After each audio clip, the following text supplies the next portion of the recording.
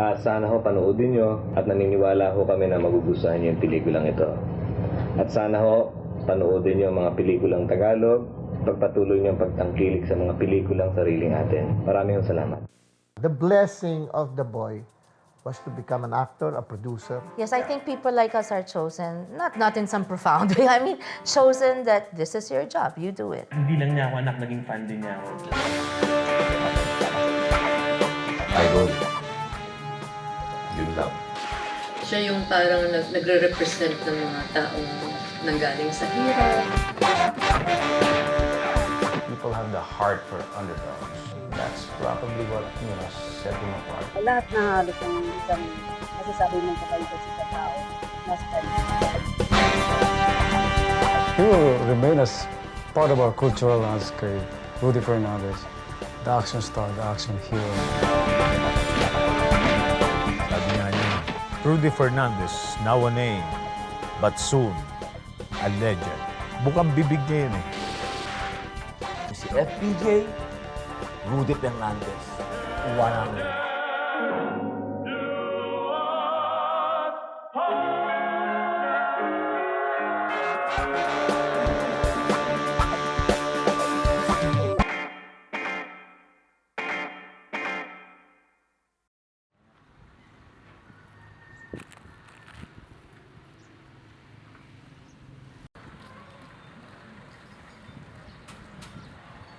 Father or grandfather is in the film industry or in the entertainment industry. One of your kids will inherit the business from you. Rudy comes from a really, really big clan of the Padillas on their own, and then the Fernandezes, and they had directors and they had writers and, all over the place.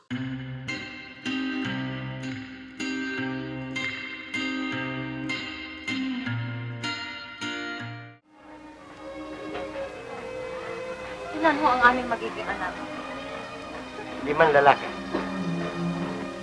5 lalaki? Sus Mariosep, ang dami! Milanio, Alberto, Leonides. Yung aming lolo ni Daboy, si Jose Padilla Sr., at naging artista yan. Ang mga Padilla kasi politician, sa sports, boxing, si Carlos Padilla Jr. at si Carlos Padilla Sr. at si Jose Padilla Jr., mga Olympian yan. Kaya si Daboy, ang hilig din yan, boxing. Talagang nasa dugo din niya yon. Kaya nga napunta sa action yan. Doon siya, talagang nasa dugo niya yon.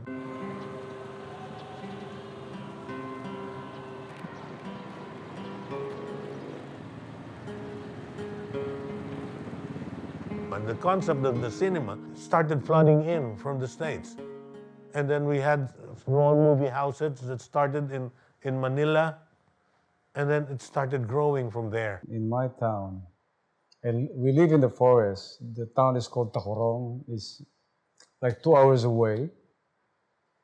We have 4 cinemas there. A small town with 4 cinemas. It's amazing, man. I still remember the names of the cinemas. Ideal, Real, Nonoy, and French. And the French cinema is owned by a real French guy.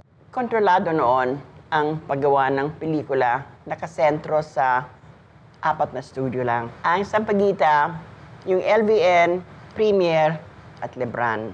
You have to have a certain niche. Yung LVN, mano sila sa costume pictures. At sila ang unang nag-try ng color. Kasi meron silang laboratory, yung kanyang Ibong Adarna. Tapos ang Premiere, nag-combine ang action at saka drama. Ang Sampaguita, ang target audience ng Sampaguita, magmula pa nung lola ko at nung father ko na, babae. Marami kaming drama, romantic comedies, marami kaming musicals. Hindi kami marunong gumawa ng action. Dati kasi Rudy yung pangalan. Rudy Boy ang tawag. Dahil ako, pangalawa ko sa bunso eh. So Rudy Boy, gano'n. Naging tinanggal yung R, ginawang Udi Boy. Tapos naging The Boy. biglang naging the boy naman. Hindi, pero part sa tagal mo na sa pelikula, sa edad mong to, hindi kaya dapat palitan mo na yung kahit mga daman. Napakabait na bata ni Rudy at napaka-sensitive. Nung maliit siya, hindi naman siya ganyang kagwapo. Kanya tinutokso namin siya na unidentified flying object. Kasi yung kanyang ilong, yan ang unang lumaki. Of course, later on, nung malaki na siya, gwapong-gwapo na. Magandang gabi ho sa inyong lahat. Ako si Rudy Fernandez, nakakatandang kapatid ni Rudy Fernandez. Si Rudy, lahat ng mga kaibigan ng mga kapatid namin, nakita niyang either na bilibid, o namatay, o napatay. Sa naulila siya at the age of 4. Ako ang pinakamatanda. We were 8. Me and then Marie, and then Isabel, Ping, Beth, Manny, who was born with a congenital heart disease. And then Rudy. And then one more, a girl. My mother was suffering. We did not know. So we did not bring her to a hospital or anything like that. We didn't know. She could not sleep. There was maybe 4 days already no sleep. So she found a gun just there and she shot herself. That's it. She was just 41. Masyado kaming na-trauma. Kami magkakapatid, lahat kami, pati si Rudy. Very shy type siya, nakaupo lang siya. Tapos yung paa niya nakalagay dito, gano'n. So, long-legged si Rudy Fernandez. So, binasagan siyang tikling. Ambisyon niya maging negosyante nung araw. Nagtaka nga ako na after 11 years, hindi naging totoo yung pangarap niya, naging siyang sikat na artista. Really very shy. But considering that her sisters are there, they're the ones doing the, introduction and everything. All his sisters are very beautiful. None of them are ugly. Merle is preparing Rudy to be an actor. The one guiding him, convincing him to first, apply for as a movie beat player.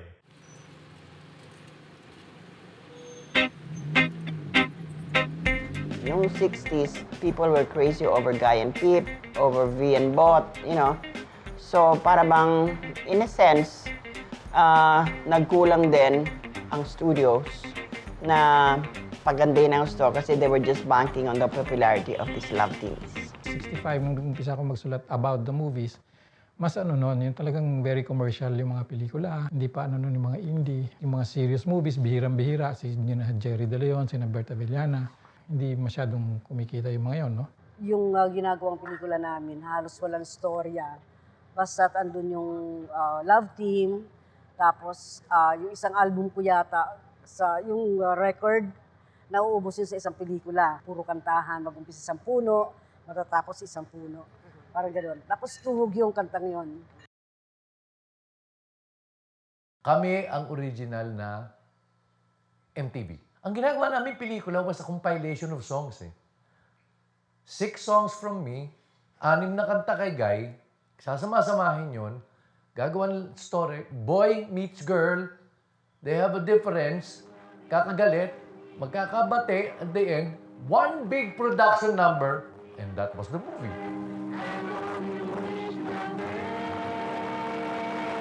Naging malapit kasi si Deo sa akin nung araw. Isa sa mga reporter na nakasama ko nung araw. Pinakilala nga sa akin si Paring Rudy. Madalas sila noon pupunta sa bahay. Hindi magsasalita yun pag hindi mo kinausap. Pangiti-ngiti lang. Tapos pag nagkikwentuhan kami nila Deo, nakikinig lang siya, yung gano'n. May hilingin ako sa'yo eh. Ano yun? Ano? Ayoko nga! Merry Christmas naman eh. Ayoko nga, madaming nakakakita sa atin. O pa Happy New Year na lang. Ayoko na! Oh, pa-happy tweaking. So, sige nga. Sobra ka na, ha? Naman eh. Please naman, sige nga. Nagiging pilyo ka na ngayon. Pang-happy Valentine na lang. Sige nga. Magagalit na ako sa'yo. Sige na. O, sige, pa. Happy Ayoko, birthday. happy. Sige na. Ayoko. O, kaya mo ng happy-happy. Siguro man dito maawa ka na. Para sa Todos de Santos. Basta ayoko. Very, very young Rudy. He had a love team there. It was Aurora Salve. And I know that he was a beginner. And I said, wow, sino ba yung bata niya? He's quite handsome, you know. So for you, Mama, I mean, like, in all honesty, it was you wouldn't even notice him much dun sa movie. Because it was a movie about the family. Teeny bopper pa lang yata na di. Magaling! Ba't hindi ko ginawa niyo sa akin? Mga walang yan kayo? Bigla mo kabasisa ng walang yang ito? The audience and the people, parang they weren't buying it. Kasi Rudy, ang problema mo, masyado kang gwapo. Magpapangit ka ng konti. So, that's why naglilisan ng bigote. I said, isang araw yan. He's going to be, you know, a big star. A material star, you know. During the time, pareho lang kaming supporting actor, struggling actor for that matter. We can't afford a new car during the time. And I'm talking about mid-70s. We had fun and we enjoy our work.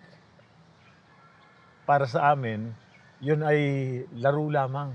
And at the same time, kumikita kami ng konti, maliit lang. Pero maligaya kami nagtatrabaho.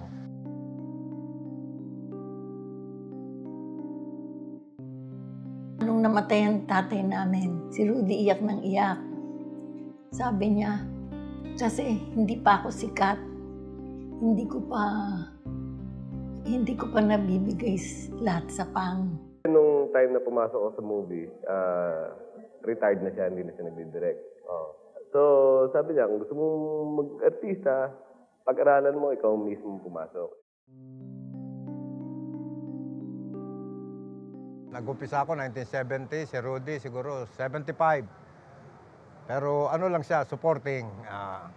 Ang bida namin noon, Vilma Santos and George Tregan Sr. Nag-shooting kami sa Lubo, Batangas. So matagal kami roon. That days, ang gawa ng pelikula is a month. Meron siyang fight scene doon sa bida, kaya tuturuan mo siya ng tuka. Action!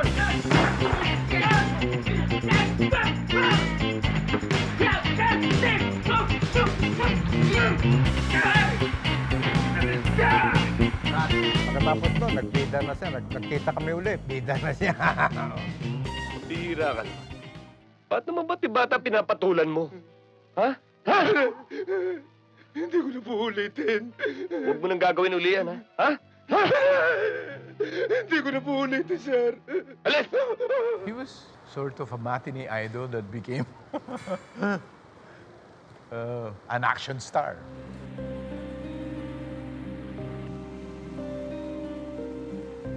In the early 60s, dahan-dahan nang nawala yung mga studios, namamatay na yung studio systems, pero hindi namatay ang pelikulang Pilipino. In fact, nagkaroon ng bagong buhay noong 60s, 70s, up to 90s. Nauso noon ang bomba films. Hindi kaya ng lola ko. Ang lola ko ang moral compass dito sa studio. So, hindi na namin kayang mag-compete.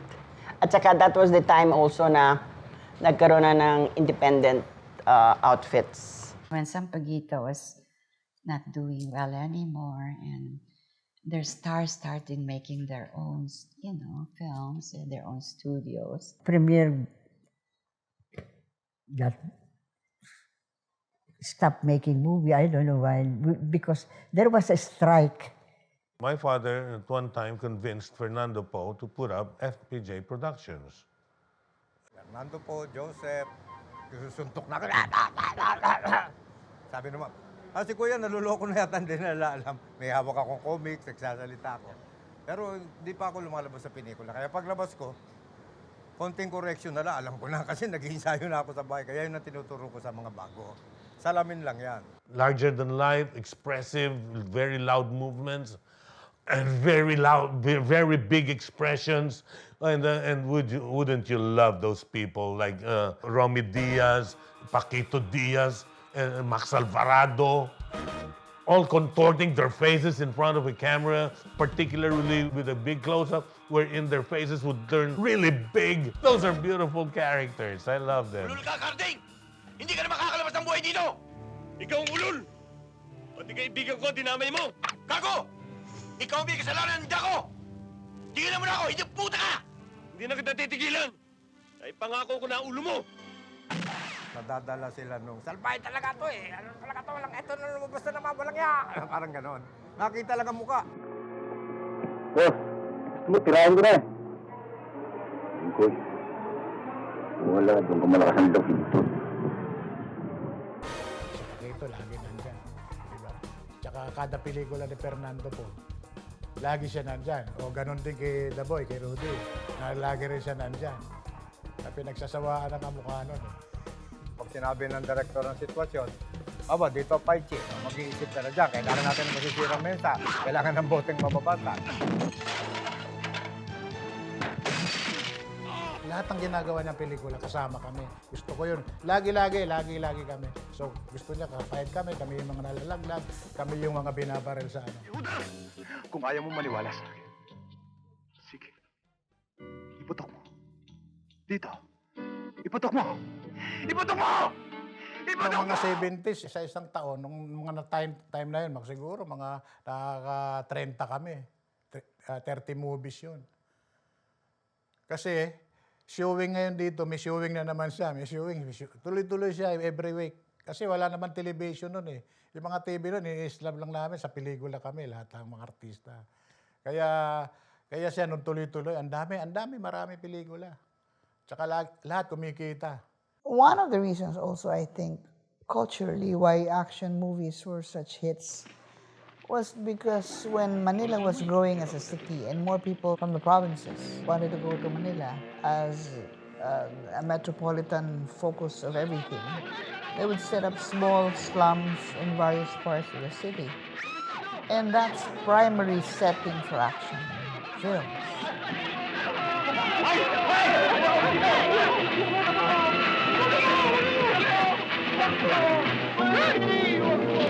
There's an obnoxious, greedy landlord. There's this ordinary family trying to make a simple living.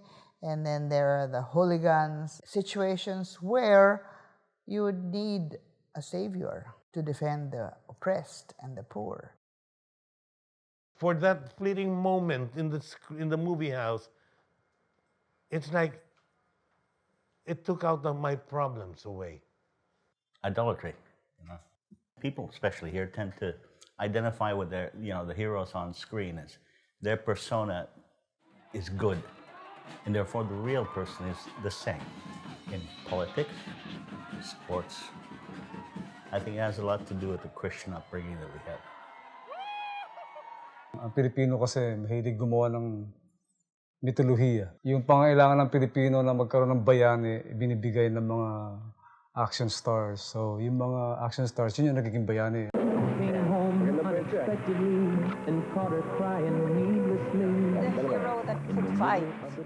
Because I think that during the martial law days, even when you wanted to fight, you couldn't.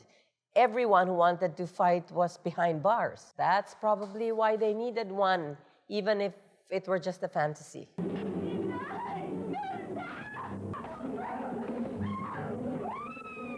Hanggang ngayon, nasa loob tayo ng desperation. Ano pa tayo eh. Hindi pa natin nakakamit kung ano yung pangarap. At nakakamit lang natin yung pangarap na yun tuwing nanonood tayo ng action movie. Na pwede pala tayo lumaban, pwede pala tayong manalo. Pwede palang manalo ang inaapi.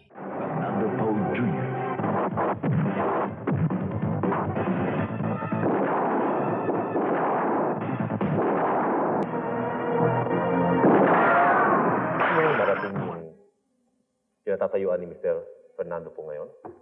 Palagay ko hindi ko mararating eh. Kasi siyempre yung kung saan nandun si Rani, ano na yun, kanya yun.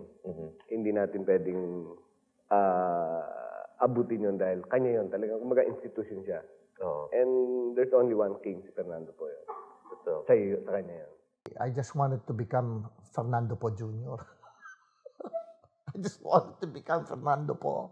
You know, I watch all these movies. He was the remaining icon from the studio era. So he brought the flag with him of the industry. So everybody had to look up to him. He's somehow the torch bearer. He's the light. He has the light of the industry.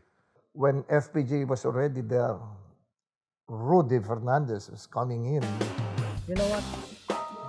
The king said to the boy, "You are like me." Kasi, ako ha, nung mapanood ko si Rudy, pinanood kong Baby Ama, pumila ko. Nung mapanood ko siya, ito ang niche ni Rudy. True to life. Kung ano yung style ni The Boy, yun ang ginawa kong style. Walang pinagkaiba. Sa palagay ko nga, si The Boy, mas matagal siyang nag-antay. Kasi si The Boy, 7 years siyang nag-antay bago siya nakapasok sa action. Nag-umpisa sa mga, ano yan pakyut na galit siya sa pagiging pakyut. He knows the trade, actually. He knows the industry. He knows everything. He comes from a family of actors. He's got it. He's a star. Hinihintay niya yung pagkakataon na maipakita niya yung talento niya, na magkaroon siya ng break. Ang tagal, hindi dumadating. Pero hindi siya sumuko eh. Dahil marami akong kilala na sumuko. A true-to-life story of a young man caught in the web of intricacies and social injustices.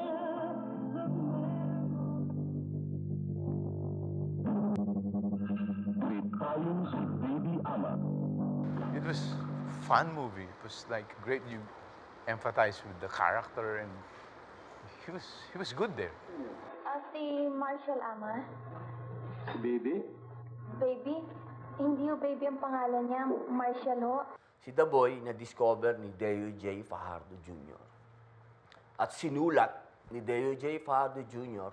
ang Baby Ama. Ang gumawa ng istorya ng Baby Ama ay si The Boy at si Deo. Hindi nangyari nga sa amin. Pero tungkol sa pagpapakamatay niya, wala akong nalalaman dyan. Nakikarami ako sa nangyari sa iyong asawa. Paano mo nalaman nangyari sa asawa ko? Wala naman akong pinagsasabihan.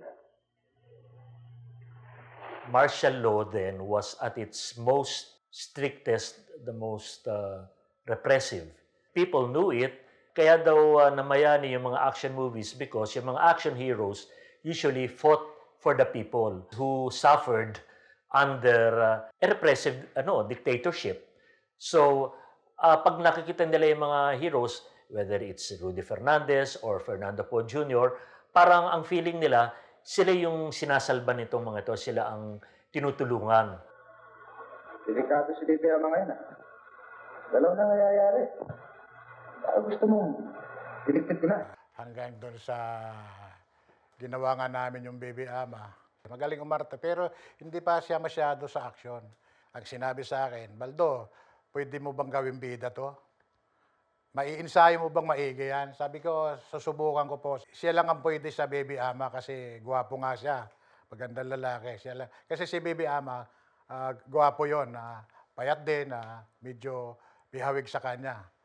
Pumunta kami doon sa apartment niya sa Little Baguio. So doon kami nag-ensayo. Mayroong isang maliit na garahe doon.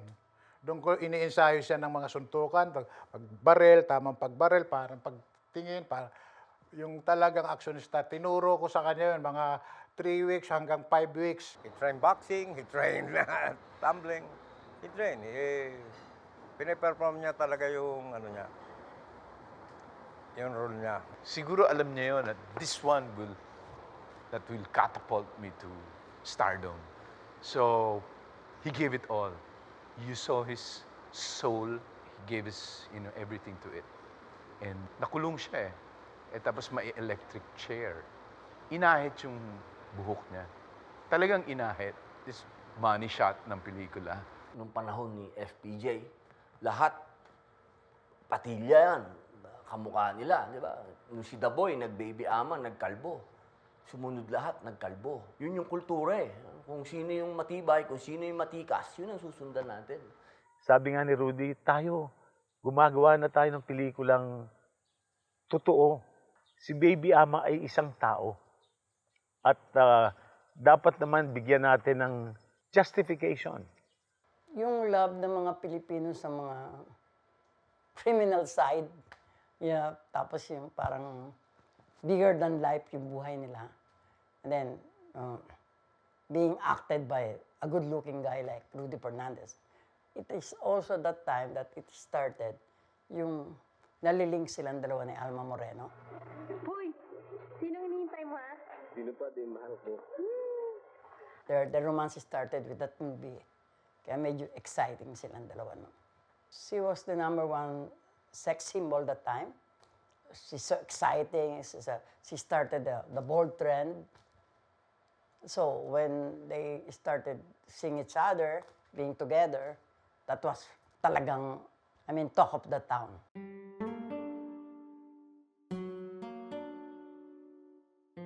Yung movie press natin, nako, ang daming mga tidbits, yung mga chismis, ng ano nangyayari in between takes. Kayo talaga? Bakit ba yun ang inuungkat nyo, ha? Ngayong pagkaraan itong mga pangyayari? Yung pairing ni Alma at saka ni Rudy, dahil nga may nangyayari din sa tunay na buhay, yun, kagat na kagat yung masa, yung audience. Gwapong action star. Pagkatapos ang leading lady, Alma Moreno, na pinaka-sexy noong mga panahon na yon. Yun ang talagang pinaka-patok, pinaka-malaking kinita. Ang pagiging artista, it's a funny process. Kung minsan meron yung overnight, nandun ka kagad. Meron naman yung slow as a snail's pace na ang bagal. Pero the time will come. And I think yun, si Rudy, alam niya yun eh. Tamang panahon para kay The Boy na magbida siya. Eksakto sa gusto ng tao. Yun yung nauso, di ba? For the first time sa industriya ng pelikulang Pilipino, 2 months nilabas, pila pa. Nung pumutok yung Baby Ama, after that, wala nang no looking back for Rudy.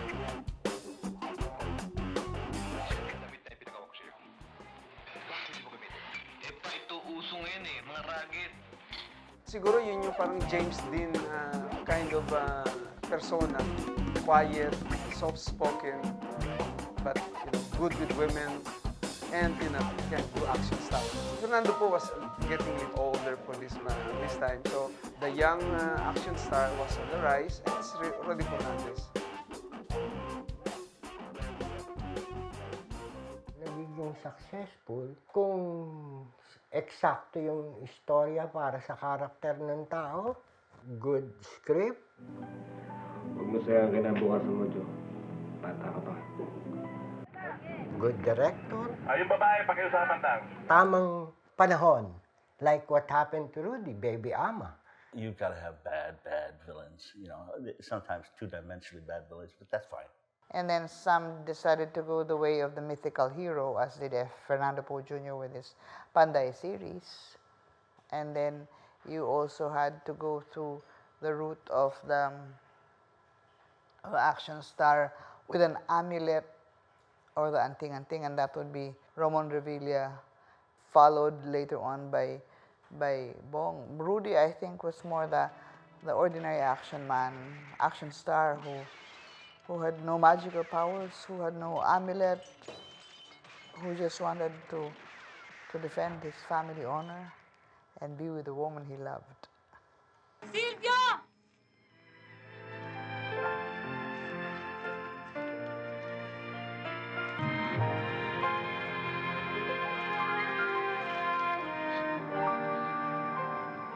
Akala ko umalis ka na.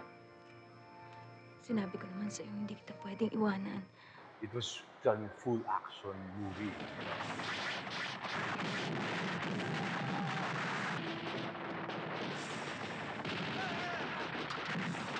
Going towards that, especially after Baby Ama. Action star, talaga big action star. He's a good actor. He can portray what you want him to. He's a guy like he's always fighting for the truth, for justice. even if he's playing a tough guy. Si Rudy naman kasi, lahat ng mga karakter, o tundo, Muslim, sundalo, bagay sa kanya lahat kasi magaling nga siya umarte. Kung iisipin mo kung sino ang mga sexy noon na mga sina Alma Moreno, si Vivian Velez, yan ang mga talagang sexy. Ang mga leading men, yan, umiikot din doon sa mga leading ladies na yon. I think that the good looks and the quiet demeanor, the mystery and not the gung-ho tough stance works for him. It was a novelty. It was different. Sino team leader nyo? Ako. Bakit? Mayangan? Ayun ka makaporma ka. Akala mo ikaw nagpapasweldo sa amin, ah. Sige, gumunod ka. You know, Filipinos love underdogs. He shouts the angry battle cry of the underdog. He fights to survive. His only sin is to be born poor. They like to see their leads go through a lot of suffering. The suffering would, at one point, wake him up, and then, like, he would go and fight the bad guys. Oh, God, the Filipinos love that. Don't we all? We go for the underdogs and then really, really root for them when they're just about getting up on their feet. Meron kaming isang pelikulang ginawa. Tapos dahil may lula yan, hindi lumulundag yan hanggang dyan, hindi, ayaw na. Ang daming tao. Bakit ako doon? Sabi ko, loko ka. Puta, hindi ka magiging 1 milyon pag hindi mo nilundag yan. We had a fight scene and the director required us na yung fight scene would be on top of ng mga bubong. No? He was so scared. Si The Boy was so scared, hindi ko alam, he was afraid of heights.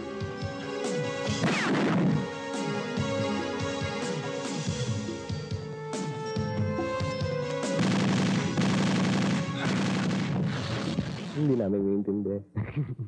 Kung mamamatay, di okay lang. Mas importante yung pinaglalaban natin.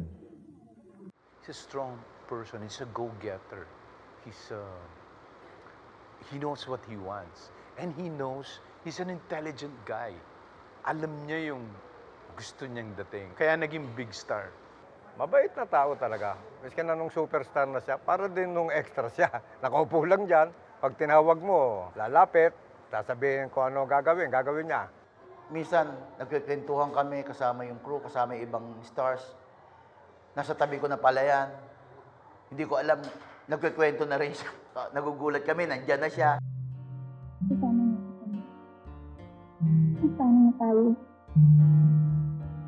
Alma and Rudy were already seeing each other on the sly. So they had a relationship. But Alma's parents weren't so hot on Rudy for some reason. Hindi ko gusto yung mga chismis na nasasadak ko sa labas. Mama, chismis lang yun. Para naman hindi kayo nasanay sa pelikula. My future mother-in-law, Armida, she's a hopeless romantic then as now. So there was a party in her house, and she staged a power interruption. Everything went black, and Rudy and Alma sneaked out of the house and eloped. And when they surfaced later on, Alma's parents couldn't do anything much anymore because they'd gone out together. Pagkatapos naging kumpare ko siya kay Mark Anthony Fernandez. From there on, when they separated, they eventually separated. Mataas ang pride mo, mataas ang pride ko sa'yo. Some people were trying to work out a reconciliation for them. They did another movie, Babalik Ka Rin, which roughly means you'll come back. Wala din naman ako masasabi kay Alma, mabait din. Kaya nga lang, hindi sila sinuwerte sa isa't isa. Nasira yung family, nagkahiwalay sila. Tayo nga, lumabas si Mark Anthony, di ba? Pamangking ko rin yun, di ba? Sa dinami-dami na masasalubong ko sa kalye, ikaw pa natagpuan ko. ayun na, nagka-meet si LT. Yun yung ginawa namin yung sa init ng apoy. Doon nagsimula ang lahat. I was 7 years old, and then I was 17 at that time. I was with my auntie, and then he told my auntie that Tita Sioning, gandang bata nitong kasama mo. Ayan si Lorna. So, bata pa lang. Mga May putunayan mo na. mga 8 years old siguro siya. Ako naman siguro mga binatilyo. Sabi ko, Tita Sioning, gandang bata nito. Pag laki nito, papakasalan ko. Pero nagkatotoo. if you're ngayon, pipikutin kita. I was 14 years old at that time. Yes, it was, again, another sort of adult role for me. I was paired with Christopher De Leon, and Rudy was a contrabida at that time. He was the contrabida. No. And my leading lady was Lorna Tolentino, who was like 15 years old, 16 years old. And si The Boy had a crush on Lorna, but yung mommy ni Lorna, ayaw, was very strict on the set. And he was a cool dude. He looks like Jesus Christ at that time. I was just looking at him, and then I said to myself, gosh, he looks like Jesus Christ. 4 years after that, I was 18 or 19. We did the movie again. Different already, because we're adults na. Parang yun na yung standard ng mga action stars eh. Inaalagaan ka ng husto if you're the leading lady. So you feel like you're a princess when you're with them. Aside from being guapo, you know that he can protect you. You know that you'll be really loved. Paano ko? Hindi kita maaaring pakaulan. Hanggat hindi ko nasisigurong ligtas ka. Shirley, huwag kang mag-alala. Pinapangako ko. Walang mangyayari sa'yo. I was close to Rudy. At the time, he was with Alma.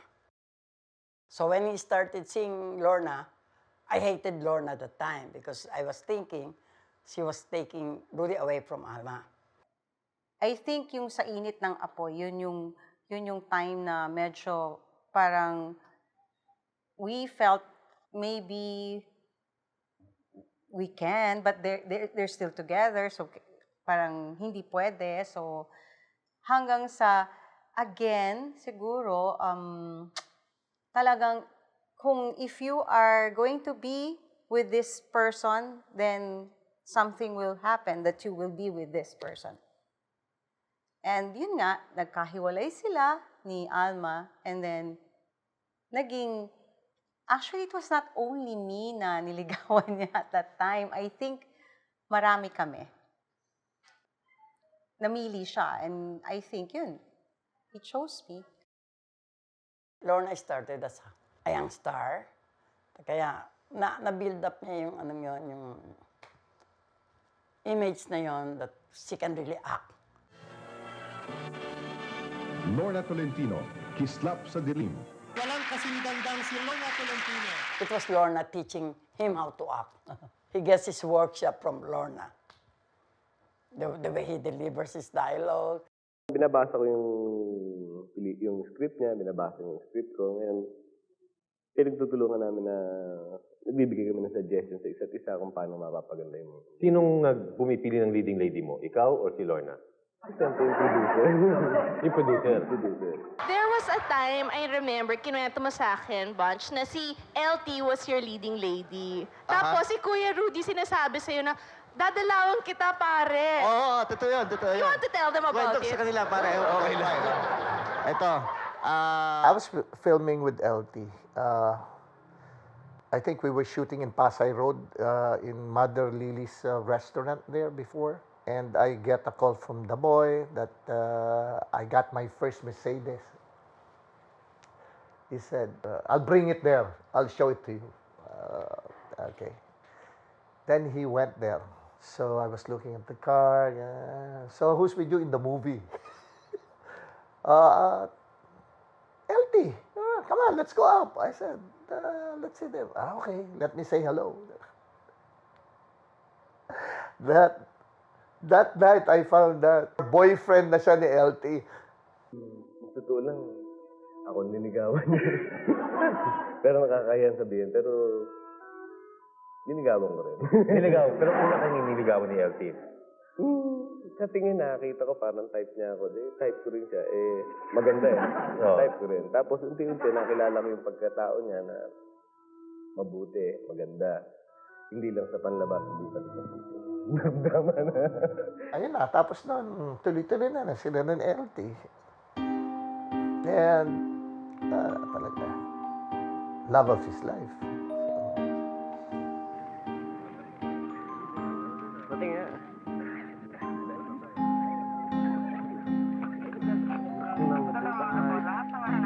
Yan. Silhouette ito, silhouette. Actually, he reminded me about that when we were together already. And then he said na, oh, nung bata ka pa, I saw you, sinabi ko sa tita mo that I'm going to marry you, and then I kept my promise. Ang unang nagustuhan ko sa kanya, yung mapagmahal siya sa mga kamag-anak niya, at saka yung lalo na sa akin, saka yung ubod siya ng lambing, mabait, malinis. Ikaw naman, ano, sa tingin mo, ano nagustuhan ni Rudy sa'yo? Siyempre sinasabi niya sa'yo. Sa totoo lang nga, Ate Ludes, yung may mga bagay na yung katulad yung mga nakaraan niya na mahirap tanggapin, pero tinatanggap ko pa rin. Kaya siguro, yun yung mga isang bagay na nagustuhan niya sa akin, katulad nga ng tanong mo kanina, yung bang naiintindihan ko lahat. Pero ngayon, are you happy? Honestly, pwede mo masabi sa sarili mo na you're a complete woman, you're happy? Yes, I am happy. Very happy. All right, thank you very much. I was married by 19, I think, to him. 2 civil weddings and one church wedding. Ano feeling niyo natapos na Papunta pa lang sa reception ay hindi na masigla na ang tuwa ng bagong kasal. I'm happy. I'm so happy and excited, of course. Pero tense din. And, yun na, madami. See you later! Saan ang honeymoon? Saan ang honeymoon? No, sa Hawaii. Doon tayo magkita. Kain tayo. Okay. Maligayang maligaya. Itinuturing halos ng lahat na wedding of the decade ang kasalan ng first couple ng showbiz. Rudy Fernandez and Lorna Tolentino getting married. Yeah.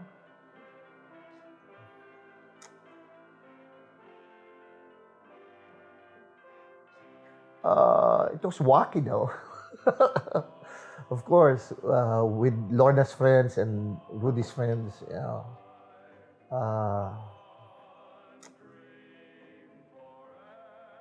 I just thought that they will have more kids.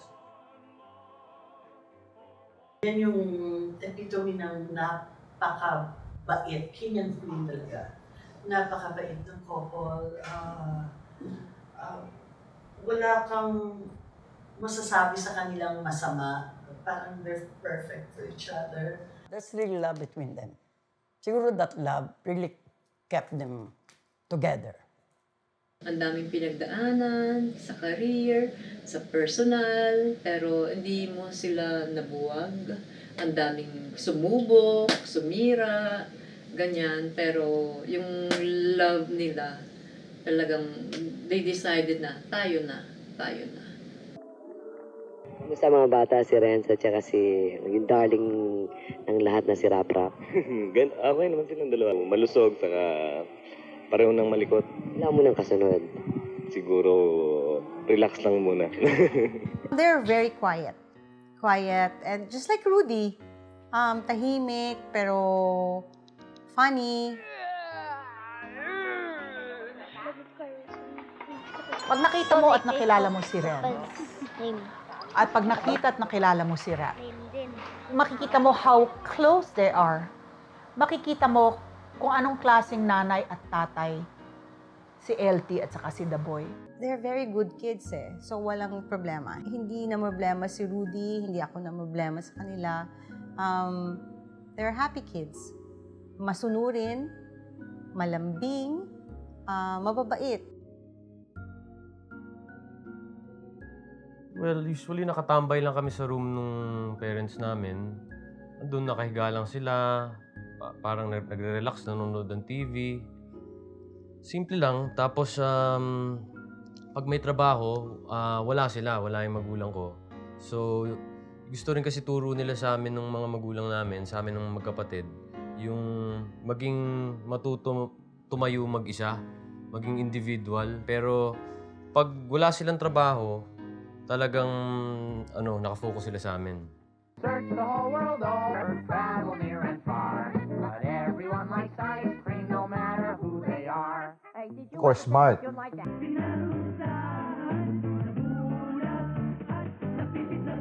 The boy loved that kid. He loved that kid. Bilang isang ama, bilang isang magulang, palagay ko kung ano yung kaliligayan ng anak mo, ibibigay mo naman, di ba? Alam niya, nandiyan ang pamilya niya, ang nanay niya, kami, the second family, but still, meron na siyang sarili niyang buhay. So, pag kailangan lang niya kami, then yes, we're there. Yung first stepfather ko, sobrang close ako sa kanya. Tapos sa second family ng pop ko, yung stepmother yung family niya, sobrang close din ako. So parang naging happy din ako na dalawa yung family ko instead of one. Since outgoing person din ako siguro, yun ang iniisip ko. Mike had a little problem then, but the boy never turned his back on his kids. Luckily, lahat sila mabait. All of them. Godmother ako. Yeah, like all of them. They call me nanay. Have their own personalities. But roll into one, you'd see their dad still. Really kind, really kind. Mga anak, reflection nung magulang. Pag nakilala mo sila, makikita mo, these children are so well raised. Ang galing ng pagpapalaki ng mga magulang nito. There's Jingoy, there's my dad, there's Philip, and there's Bong. Eventually, they started shifting friends. The dynamics within the group started shifting, and it ended up being Jingoy and my dad being tighter, and then Bong and Philip being tighter. So they sort of changed BFFs or something. The friendship started when we were in Magnatech Studios. I think Bong and Jingoy were ahead of us. They arrived ahead of us, and they were in the canteen. Tapos sabi ni The Boy, nandyan si Jingoy at si Bong. Sabi ko, Ria? Kasapin natin. That started the friendship. That Magnatech canteen started it all. Not just friends, but brothers.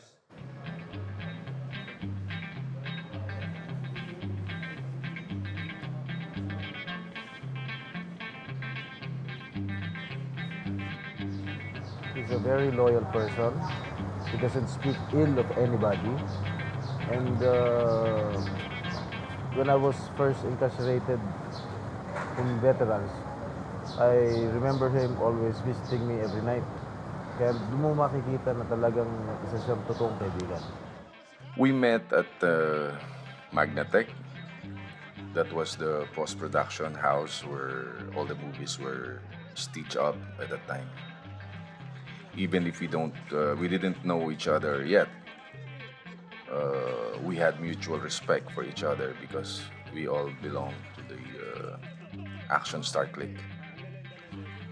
But the friendship was instantaneous, and it was not long when we became close friends.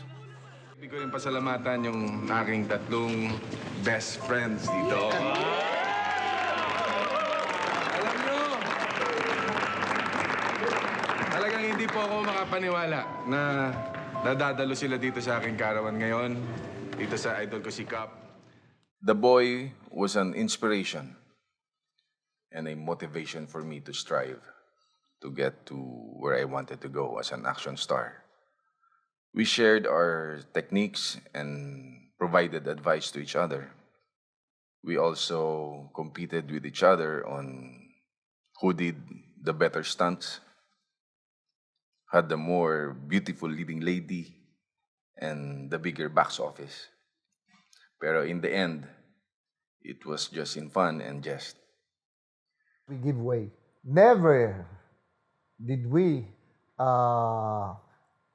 get the same play date. We don't compete with each other. We only compete with ourselves. We compete with foreign films. Yung walang iwanan, di ba?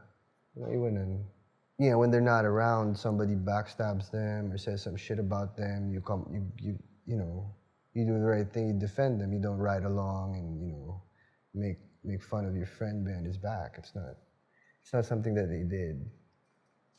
Producing movie is a they always say that it's a gamble. But I don't feel it because I feel it in my heart that it doesn't mean na when we produce movie, we have to make a lot of money. Hindi naman ho kundi pinagbubuti ko lang ho ang pagpili ng view sa akin na sa palagay ko makakalong sa sarili ko, sa career ko, at the same time yung magugustuhan ho ng mga manonood natin. Yun ho ang pinaka-importante ho sa akin, yung magustuhan ng mga manonood na hindi ko lang ginagawa ko. Hands-on siya sa lahat. Mula sa mga tao, sa everything, down the line. Meron siyang mga key people na hinahire na matagal na nag-work sa kanya. At alam na niya, pinag-aralan niya talaga yung production. I came in only, or parang tumutulong lang ako dun sa mga bagay na alam ko na kailangan niya ako. Ang movies is a reflection of life, reflection of reality. So kung may violence man doon, kahit sa Bible naman, Biblia may violence din So siguro, dapat lang natin pakita ang totoo. Base sa magandang resulta ng premiere night, nakatitiyak na ang Reflection Films na magiging monster hit na naman ang Tumbasan Mo ng Buhay. Okay, non-stop action, maganda. Ang galing. As a producer, very, very patient. Never siya nakikialam dun sa approach ng isang artista sa kanyang karakter o yung kanyang atake. He would let you. Pero minsan, hindi mo rin alam kasi kung ano yung mga susunod na eksena, so sasabihin niya, dito tayo papunta ha. So baka gusto mong babaan muna dito, tapos habang papunta tayo dun sa next scene. So, iga-guide ka niya. 5 beses ang kainan. Siya lang ang gumagawa nun. Na merong almusal, may tea. Iba yun, ha? Iba yun. Yung kape, ano yun? Walang hangganan yun. Magkape ka kung gusto mo. Himatayin ka dyan kung gusto mo. May lunch, may merienda, may dinner. Pwera pa yung midnight snack pag umabot kayo doon. Kung anong gusto mong gawin mo. Hindi niya didiktahan kung ano ang kailangan natin gawin, ganito. Hindi niya sasabihin na, mukhang mahal na tayo ngayon. Malaki na gastos, baka binibigay niya lahat. Siyempre, gusto ko magkaroon ng production value. Siyempre, hindi naman natin masisisi ang producer. Medyo nagkakat ng cost of production. So, pag under our own company, dami niya binigyan ng trabaho Diba? Makeup artist, catering, stunt guys, everything. And he made sure they all get paid. Sometime in 1983, Armida Sigurena put up a team to run for the Actors Guild of the Philippines. We had Rudy Fernandez, Philip Salvador, Bembol Rocco, Roderico Late, Gina Alahar, and myself. And so we'd have meetings and discussion. Years later, Rudy became president of the Actors Guild. bali pang third term ito. Oo. Pagkatapos yan, gusto mo pa? Gusto ko nga, sana yung may iba nang humawak para magkaroon din sila ng opportunity na makapag-serve sa mga kapwa nating artista. The President ng Actors Guild, Rudy Fernandez. Ate Tawi, sana lumigaya kang itong bagong taon. Saka happy birthday. Thank you very much, the boy, my friend also. Yun yung nakita ko na siguro ganun kalaki yung paghanga, paniniwala at respeto nila kay Rudy. It was during his time that he stood up against the producers.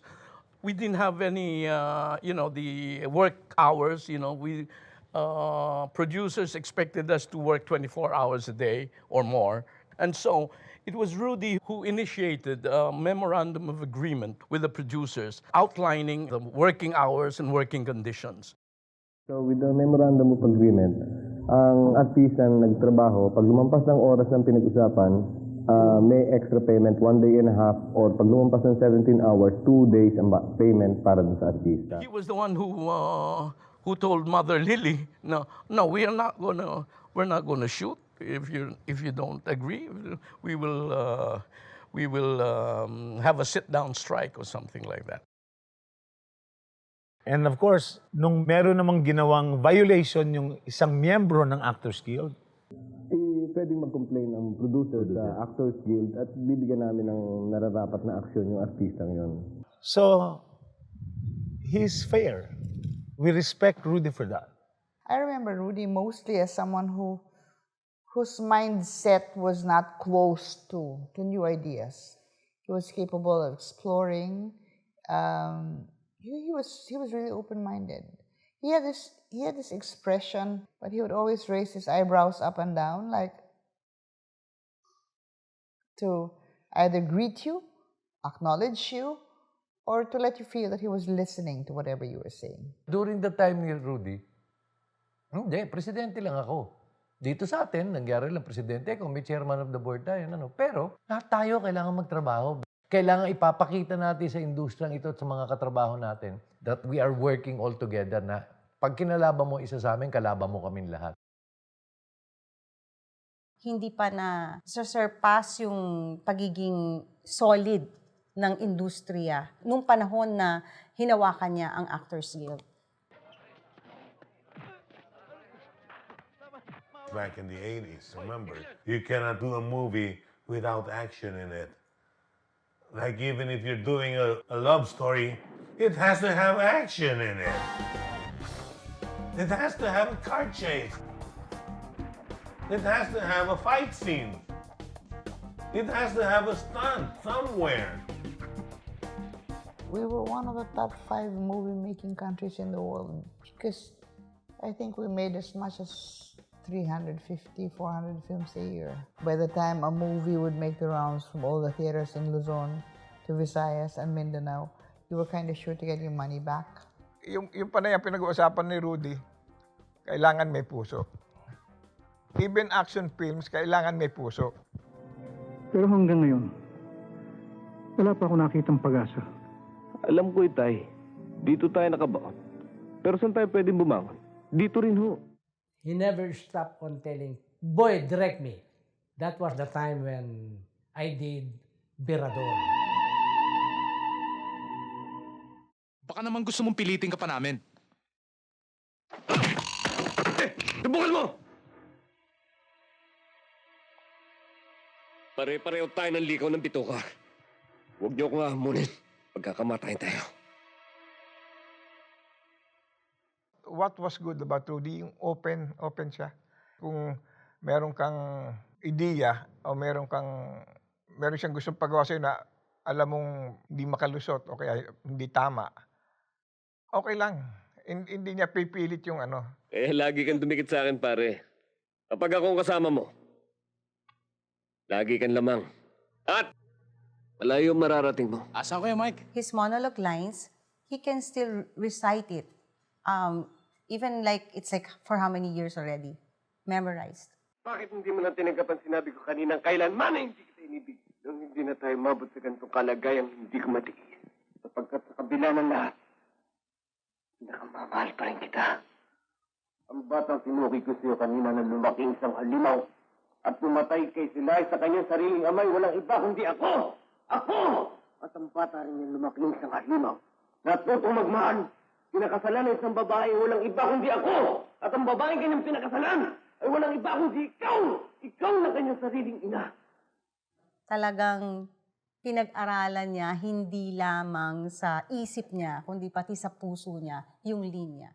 Hindi lang sa action siya, kundi may mga scenes siya together with so many great actors also, na even just one scene that you will see that he is really a dramatic actor. Sa personal na buhay, mas mabilis umiyak si Rudy than me.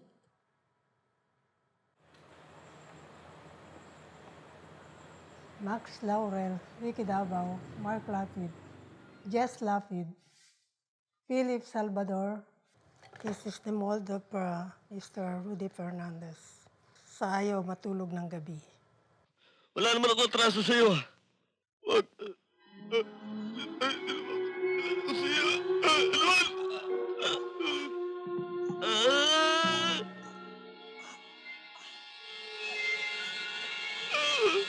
Nagtrabaho ako sa kanya ng isang pinakamahirap na trabaho na I have to wake up the whole night. Ngayon, I have to put a scar on his face, X, like that. Is veteran director Manuel Fight Cinco. Alam nyo, nung unang magkasama kami ni Rudy, dun sa Matigas to Pasukuin si Waway, medyo nahirapan din kami sa tema noon kasi medyo delikado rin ang takbo ng istorya. This is a true story involving Ruther Batuigas, a police reporter, about a hostage taking. Pananagot naman yan sa taas! Ano? Sa Diyos? Walang Diyos. Kung may Diyos, hindi sana ako nakulong. Nakulong ako sa kasalanan di ko naman ginawa. Triname up lang ako ng mga tarantadong bataan sa pulis. Yung putang inang si Rigor. Acting yun eh. Hindi lang siya nagpa-tough guy, ano? Talagang umacting si The Boy sa pelikula na yun. Nards, mabuti ang intensyon siya ni Batigas. Kung ako sa'yo, susuko ka muli. Siguro for the first time, pinaligiran din ni Rudy Fernandez, ni The Boy, ng mga artistang kakaiba ang mga chemistry. Si Johnny Gamboa was there. George Estregan. Tapos I think Isabel Lopez was there. At yun, kasama ako. Nakakatuwa yun kasi nakawig ako dun eh. Kasi punk ako dun eh. Rudy Fernandez won a Best Actor Award for Batuigas, Pasukuin si Waway. I was really very happy about it, and because that's the bonus side of it eh. Yun yung magsisil na artista ka if you have a recognition, an award. Makikita mong disappointed siya pagka hindi siya nanonominate on movies na nasa isip niya man-nominate siya. Who will be the best actor for 1992? Akala ko ikaw ninenervyos. Ikaw talaga. Siyempre, nominated siya, di ba? Okay, Sa yeah. Markang Bungo. Yes. Pare, good luck, ha? Talagang big thing sa kanya yung award. Kaya nga dun sa den nila sa bahay, talagang nakalagay dun talaga. Very important yung mga awards na yun. Even just a nomination, chine-cherish niyo yun. When they say na he made a good job on this film, it really flatters him. Si Rudy galing sa mababa, sa extra, kaya alam niya yung pulso ng masa. Kamukha hanggang ngayon, pag nakikita ko, kasama ko rin sa isang pelikula niya, binaril niya ako na walang personalan. Trabaho lang to. Nadinig ko na yan, Bungo! Pare, walang personalan to, ha? Trabaho lang. It was one of his movies that became iconic and that everybody wanted to imitate in every chance they get. Walang personalan, tumutulong lang. It's, I can say, a Filipino original. Nothing personal, just work. Even if you translate it in English, I don't think Hollywood ever came up with that line before. Walang personalan dito. Sorry, ha?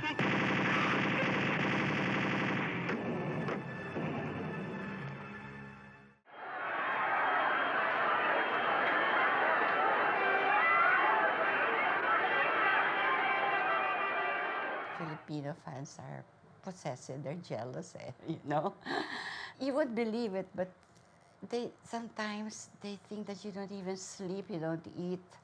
Idolizing is to the extremes. Pagka may opening ng movies ko, minsan, yung shirt ko napupunit, tanggal ang mga butones, tapos ang dami naming scratches dito kasi they don't mean to hurt you, kanya lang sabay-sabay sila eh. Sa mga pelikula raw, pag namamatay yung bida, galit na galit ang mga tao dahil Sa tunay na buhay nga, ano na sila, yung api na sila, tapos sa pelikula, ganun pa rin. Kaya gumaganti sila, kaya winawarak nila yung mga silya ng pelikula. Ganun. Kaya yung ibang producer, natuto na sila, ayaw na nilang patayin yung mga bida sa huli dahil ganun ang nangyayari, lalo na raw sa Mindanao. Kaya lang talagang ganun. Hirap talaga wala pinag-aralan. Saka hindi ba kasabihan? Ang pagsisisi, arate na sa huli. Hindi pa mulat ang mga tao sa maraming bagay. No? So, ang konting makapagbigay sila sa kanila ng kaunting kaligayahan, makapagsabi ng kanilang mga damdamin sa mga saloobin nila at nakikita nila, siguro lahat naman tayo, we need a hero. Kung hindi nakikita yun sa mga namumuno ng bayan, nakukuha nila sa mga taong gumaganap ng buhay nila, doon sila nakakayakap.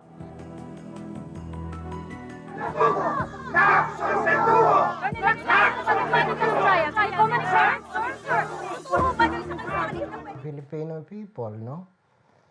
Ina-idolize din nila yung bad and good. So, nangyayari, minsan, napapanood nila sa pelikula, ginagawa nila sa totoong buhay.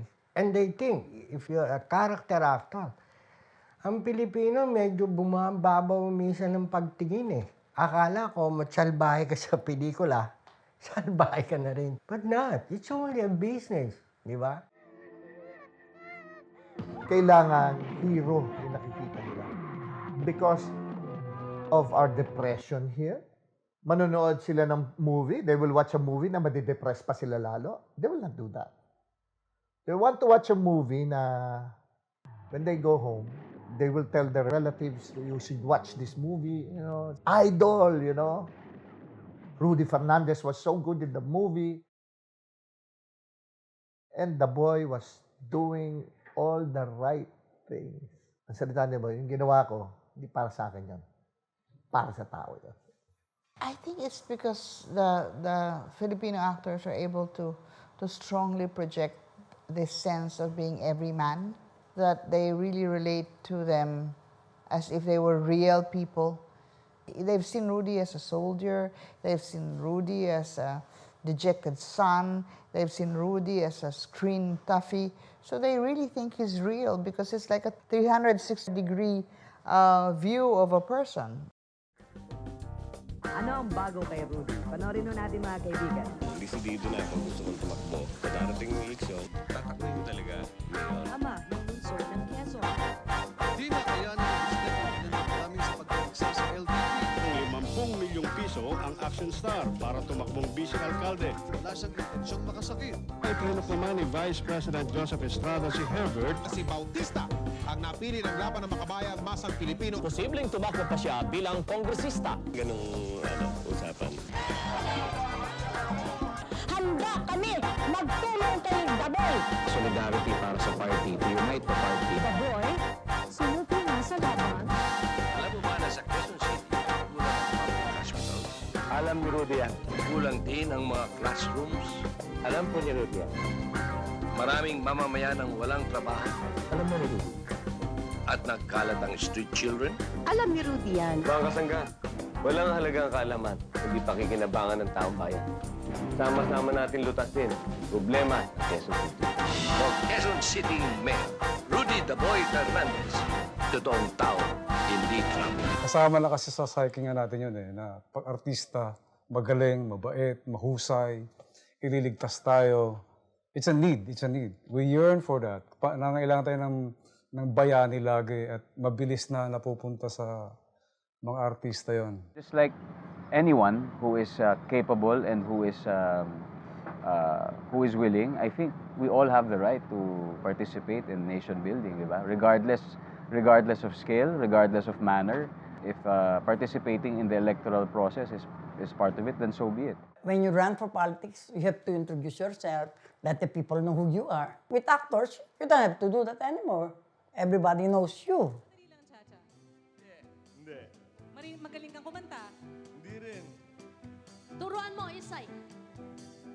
Back. Front. O, marunong naman eh. Back. Cha-cha-cha. Cha-cha, okay. Cha-cha-cha. Ba, muli na bueno. Okay. Kining at alright. Ang gusto ng tao, yung tumutulong sa kanila. Kanya itong mga artista na draw in dyan dahil sa mga fans nila na magkandidato ka kasi para madaming tumulong sa amin. Sa mga itutulong tao, hindi ka mo, kasangga ng masa,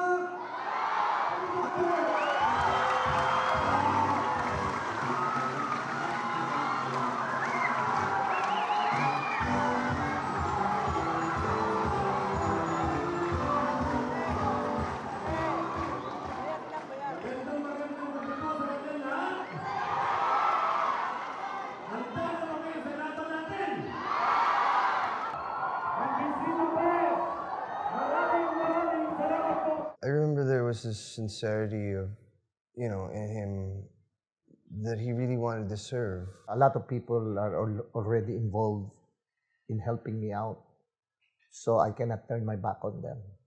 But they arrested our mentor, Ninong Era. kung ang isang kandidato ay mananalo dahil sa bulok na pamamanuan ng pamumulitika, ang resulta po, bulok din na serbisyo. Hindi ba? Yung time na yon medyo nagkagulo, so parang hindi rin natupad yung gusto niya, yung nais niya na makapagsilbi, hindi rin nagkaroon ng fulfillment because may timing sa politics. So, natalo si Papa after nun. Sobrang lungkot niya. Naniniwala ako, kung nanalo siya, napakalaking pagbabago ang pwedeng ibigay ni Daboy bilang mayor. Kasi siya, nasa dugo niya ang pagsisilbi. He accepted defeat like a gentleman. No anger, nothing. After the election, you see the same Rudy.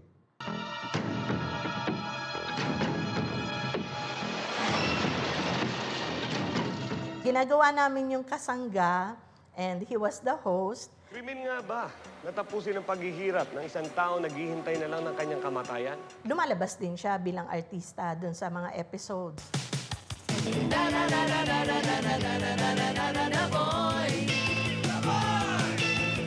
Dito kasi ang role ko, undercover na kapartner ni The Girl, pero hindi kami nagkakasundo. Pero cute yung takbo ng istorya. Pulis ako, pulis din siya, at magkapit-bahay kami sa... It's easier now for artista to earn from TV kasi they pay daily. Pumasok siya sa television. So, nagkaroon siya ng mga TV series. Yung persona niya sa pelikula, inilagay niya sa TV.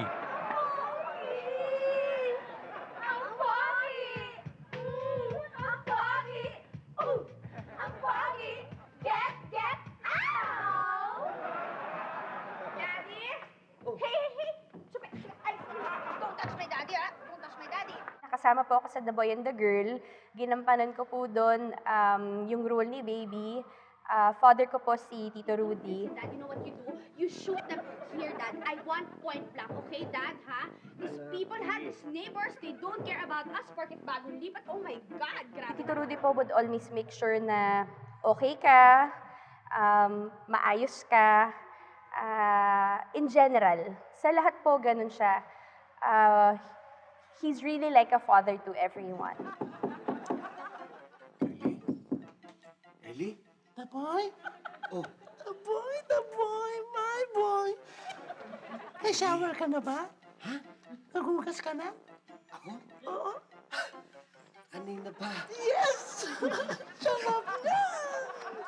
Ginagawa ko lang naman pag nasa set kasi yung mapatawa kahit hindi naman si Daboy. Pero especially pag nandun si Daboy, gusto ko lagi masaya siya. Pinapatawa ko siya ng pinapatawa. Dito sa Atlantica, ilang premyadong aktor din ang bibinyagan sa kanilang unang pagsabak sa larangan ng telefantasya. Excited talaga ako dahil unang-una, first time kong lumabas sa isang telefantasya. Ang taas ng tingin ng lahat ng tao sa kanya. Lalong-lalo na ako. I found myself in one of the scenes just watching and parang observing, how he does it. He played my father. So, the relationship became more personal.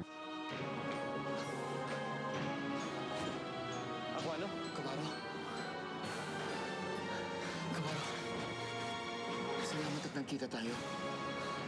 Salamat at buhay ka pa.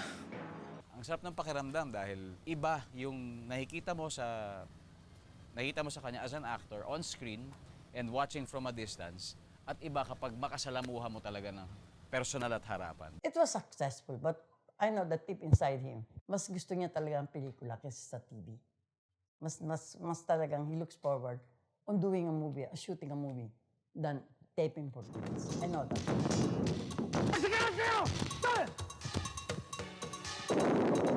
All of a sudden, in the late 90s, nagsawa ang mga tao sa action films and for that matter, sa pelikulang Pilipino. It reached a saturation point. It has run its course then, so it's the same stories, the same formula all the time.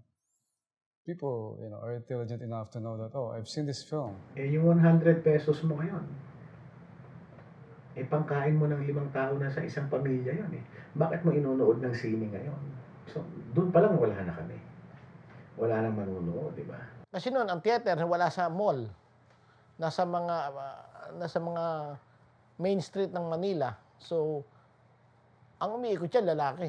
Ang mahilig sa malling, babae. So, pagkatapos ng malling, pasok sa sine. Meron natirang sukli doon sa binili ng damit o sine.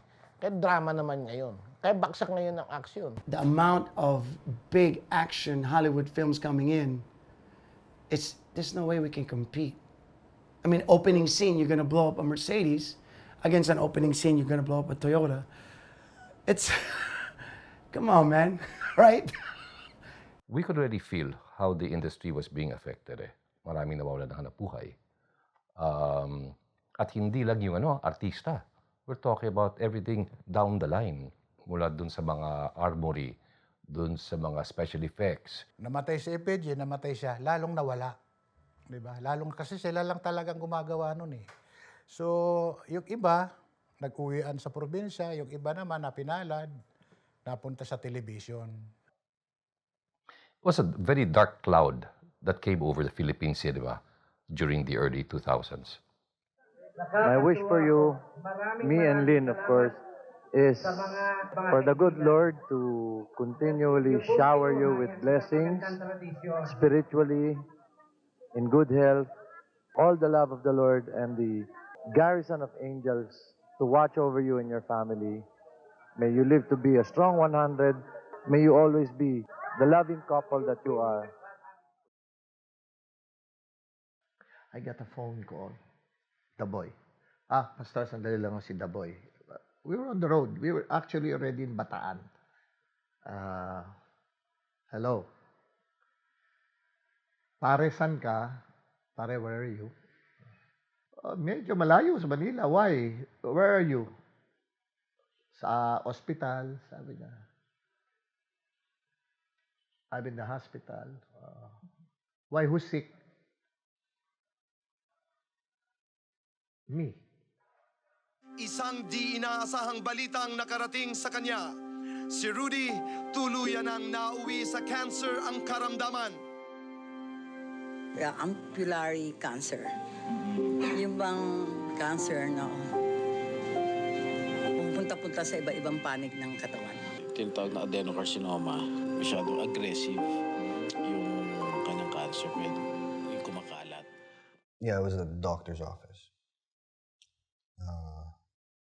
The doctor told him he had like 6 months to live. He wouldn't take that. He was, fuck this doctor. He doesn't know what he's talking about. He did this operation where they took out most of his organs. It's called a Whipple operation.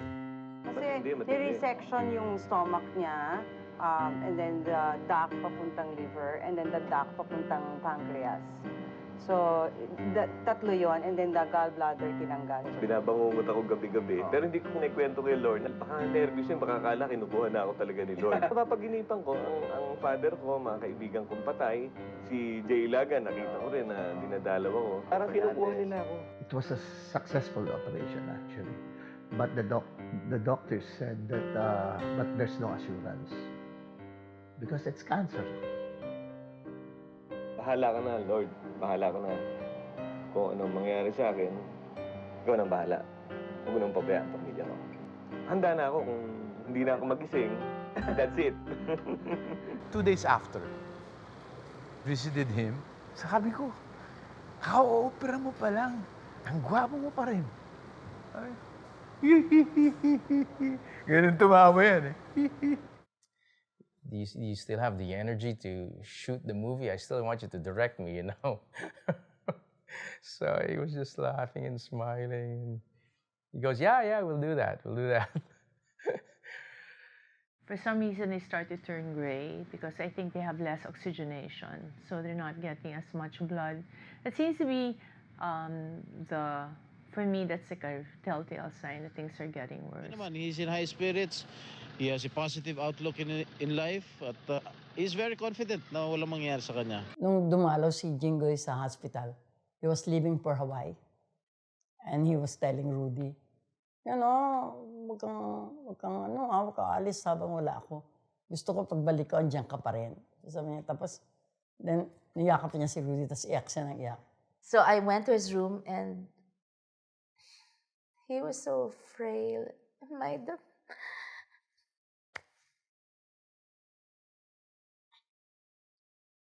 He was frail and yellow. And he said, Chowie, hi. I know he was looking at me. Pero, alam mo yung tingin na tumatagos? He's looking at you, but he's not really looking at you. He's looking way past at you. Hindi siya nagpakita sa akin ng drama na may sakit ako. Wala. Kumain siya ng kumain. O, minsan, bumanat ka. Mag-enjoy tayo, magpakasaya tayo. Pagkatapos namin kumain, tumayo yun. Saan punta insan? Sandali lang. May kakausapin ako, may cancer, palalakasin ko lang yung loob. Ganun. Surprise ka ba sa aming surprise party for you? Yes, oo. Kasi in-expect ko yung tayo-tayo lang saka small group. Pagpasok ko, biglang ang dami. Kaya nasira ang pagka-macho, napaiyak ako. So na-touch ka talaga? No, of course, siyempre, thank you sa'yo at sa lahat ng mga kaibigan ko, si Jinggoy, si Senator Bong, si Philip. I ain't gonna die yet. The way he touched people's lives, it can never be duplicated. At bilib ako sa kay Lorna, yung devotion niya kay Rudy, na hindi mo na makikita yung ngayon sa mga mag-asawa. No?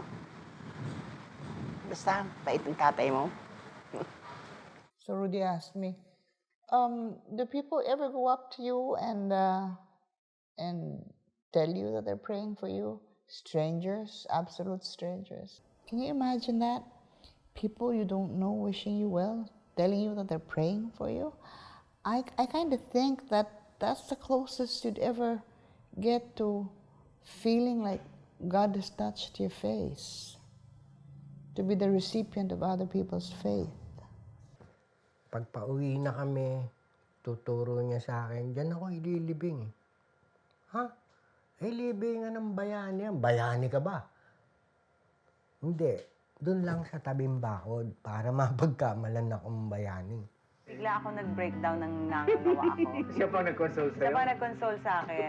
Mag-klase ka rin, Oo, sabi ko, sandali lang, pagbigyan mo naman ako. Kasi parang hindi ko na mapigil eh. Hindi ko na, kasi syempre lahat, parang nag-dawn na sa'yo na talagang eto na. Kapag natutunan mong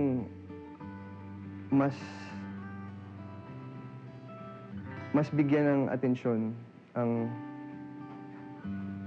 pag-ibig dun sa sitwasyon, so, yung simpleng pagmamahalan,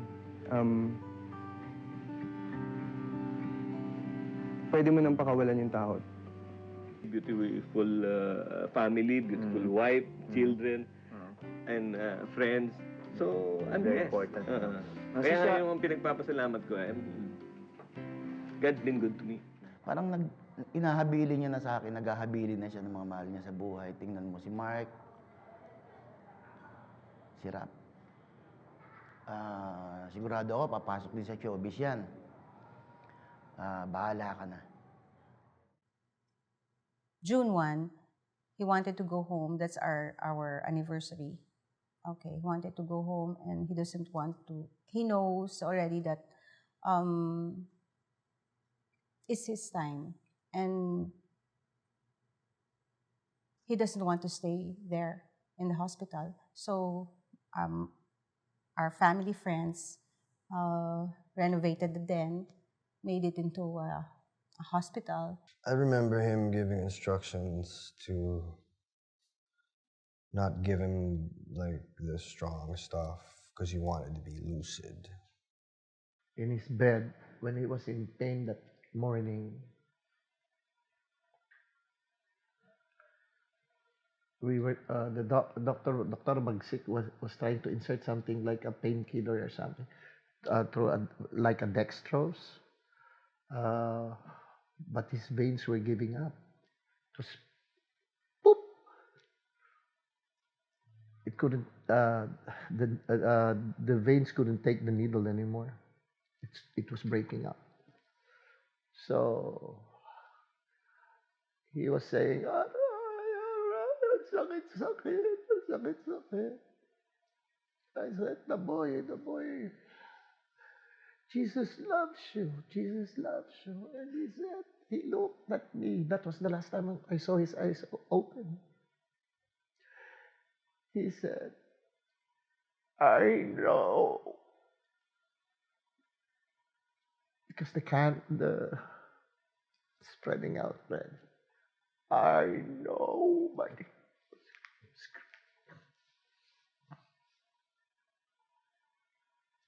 Yun. Excuse me.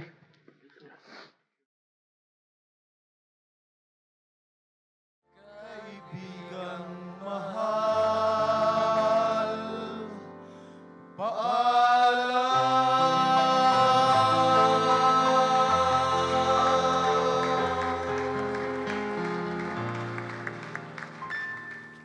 Mga kapuso, patuloy pa rin pong pagdaksa ng mga nakikiramay sa pagpanaw ng aktor na si Rudy Fernandez, si The Boy. Samantala, Mike, kanina, bago mag-alas 6 ng gabi ay natapos na rin ang misa na isinagawa para kay The Boy at sa ngayon ay patuloy ang pagdagsa ng kanyang mga tagahanga dito sa kanyang burol. He had that foresight to prepare because most of his life he was prepared for everything. And yeah, he prepared for that too. Hindi siya nagpabigat. Inayos niya yung sarili niya na maka-exit siya ng maganda. Inayos niya yung libingan niya, inayos niya yung pamilya niya, inayos niya lahat bago siya umexit. Yun si The Boy. Panidoso masyado yan kasi gwapo siya. And he always tell us na if he will pass away, if he will go, he wants to look good. That's why he was really handsome. He looked good in the coffin. At first, akala namin konti lang yung mga tao because biglaan eh. And then may nag-interview sa amin, sabi ni Kuya open sa mga tao yung wake. Biglang all of a sudden sobrang daming tao pumunta doon. Hanggang gabi wala nang patit ang pagdating ng mga nakikiramay. Araw ng linggo, napuno ang Heritage Mortuary Chapel sa mga nakiramay sa mga naulila ni The Boy. Si Rudy, mabait yun at saka matulungin. Pareho lang sila ni Lorna. Kasi pa namin si Rudy Fernandez idol talaga namin yan. Kahit anong pelikula niya, pinapanood ko. Sobrang daming tao. Almost everybody nandoon sa lugar na yun. Fans, and then colleagues, friends, family. Nandun lahat. Everything that came after, there was a media circus. But the grief didn't just come from one place. It was an outpouring of grief from I don't know, hundreds of thousands of people. Kumanda ka. Ikaw ang susunod. Sir, matatanda na yung mga nasa loob. Ayan silang mamatay. These are the ones who created excitement in the Philippine movie industry, which we all miss. Because even if you come up with actors or artists who can do action films, you'll never compare to the ones that the legends used to do. The industry lost the biggest part of it. The industry really died. When he died, it was like losing a Jedi Master. So the boy and FPJ, 2 Jedi Masters now. Ang mga girls nawala ng hero. Isang hero yung nawala sa kanila. Yung hero na supposed to be magtatanggol sa kanila couldn't defend himself against the disease. In a way, after Fernando Po, okay, the torch is it's with you, but then now who's holding the torch? Nobody. He wasn't able to pass it on to anybody. So the torch is nowhere to be found right now.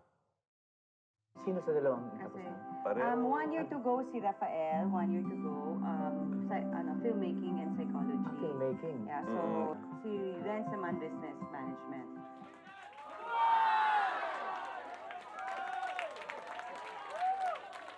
I think his legacy was passed on to his kids. You see his spirit, or like they roam around with these boys. Right now, part ako ng show na Yagit. Role ko dun, police ako. Feeling ko hindi ko makukuha yung role na yun kung hindi ko tatay si The Boy. Kasi parang napasa sa akin yung may pagka-action, gano'n. Nawalan kami ng isang kaibigan. Kaibigan na maasahan. Kaibigan na totoo.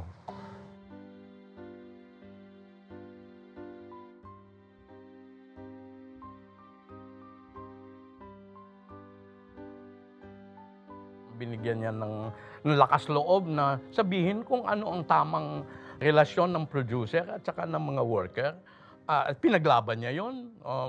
Kinalaban niya yung malalaking studio para sabihin na may karapatan ang mga manggagawa. He was parang one of the last few ones that reminded us that let's not lose track on where we should be going, where we should be heading, and that is by creating meaningful content. He's loved all over the Philippines. Like what I said, they idolize him. Like you see people in the provinces, even the haircuts, and Rudy Fernandez, they call themselves Rudy Fernandez. The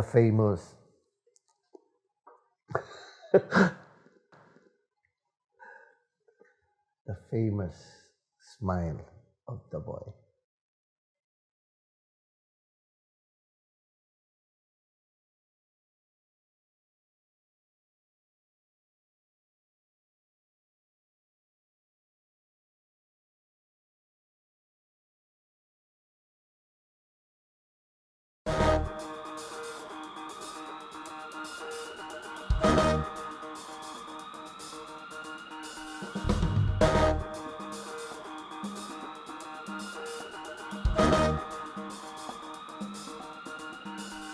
Ang kinakainisan kong ugali ni Rudy was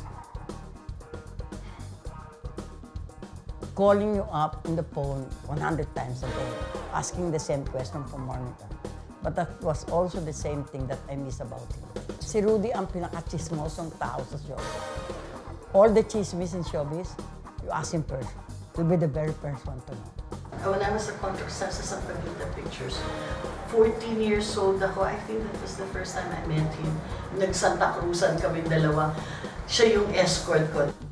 Si The Boy at ang ballroom dancing. May dance instructress na tinutukan talaga siya. Magdamag na yata kaming nagsasayaw. Hanggang, wala, sumuko na talaga. Siya yung pinakamagaling na action star, pero sorry, alam mo, wala siyang talent talaga sa pagsayaw. Nag-scuba diving kami ni The Boy. He's a crazy dude. He would just go straight down. I would, you know, because he wanted to see something.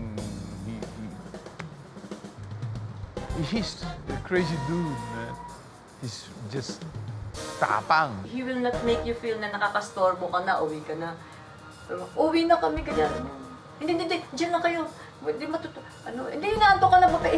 Gusto ko yan eh. Pag nawala kayo, mawawala yung antok ko. Party niya, lahat ng taong hindi makauwi kasi hinaharang niya. Natutulog na ako. Siguro mga alas 9 ng gabi. Kumain na ako, naligo na ako, nakahiga na ako. Bilang may kumakatok sa pinto. Pagbukas ko, si Rudy. Pare, happy birthday. Sabi ko, di, anong ginagawa mo rito? Pare, gusto ka namin batiin. Nagbit-bit ng tao. William Lau, Joey Padilla, kung sino-sino pang mga kasama namin sa pelikula. Napuno yung bahay ko. Wala ako mapakain, wala ako mapainom. Si Rudy ang may dala. Nandun kami sa bahay ni Rudy, the other girls. Siyempre, sama-sama sila. Guys, we have our own stories to tell also, so we were together. As the night went on, and then, before we closed shop, ando kami sa may terrace niya, sikat na yung araw. Siguro mga alas 9 na ng umaga. From the night went on up into the morning and we still had stories to tell. Ang dami pa. Pag umakyat ka sa kwarto namin, nandun pa mga gamit ni Rudy up to now. And a lot of people are saying na you have to remove all the clothes of Rudy already and all the things that parang nandiyan dyan. But up to now, yung lang ginagawa natin ito ngayon is because hindi natin siya nakakalimutan. Ayaw natin siyang kalimutan.